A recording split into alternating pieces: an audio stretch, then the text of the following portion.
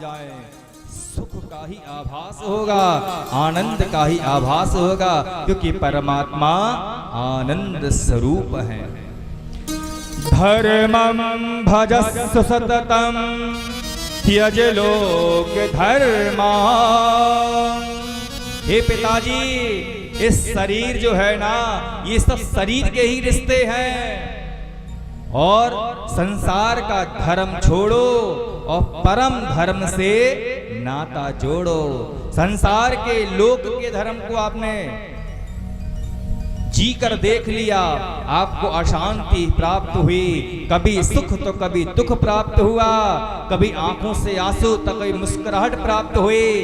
लेकिन ये सांसारिक धर्म है, इसको त्यागो, ये माया में धर्म है।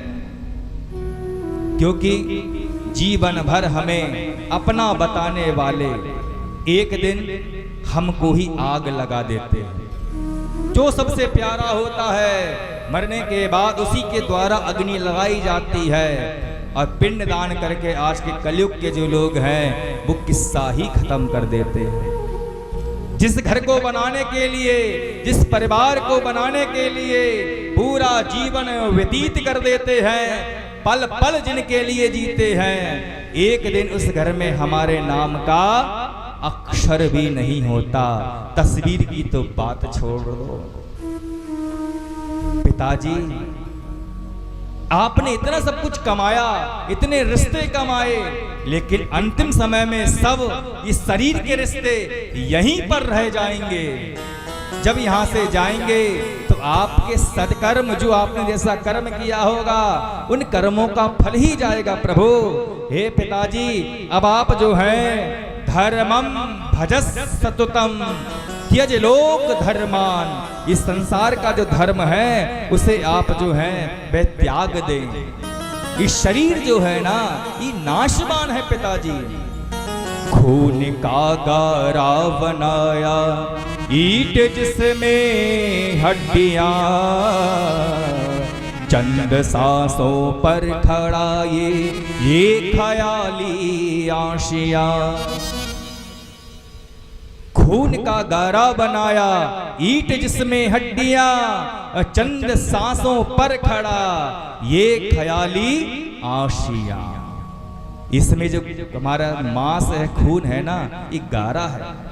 इस इमारत में जो हड्डियां हैं वही तो ईंट हैं, और जब तक सांसें हैं तब तक ये शरीर सबको सुंदर लग रहा है। लेकिन जब इसमें से सांसें निकल जाएंगी तो जो बहुत चाहते हैं ना, वो क्या कहेंगे? अरे गर्मी पड़ रही है, शाम तक इंतजार मत करो, ले जाओ जला दो।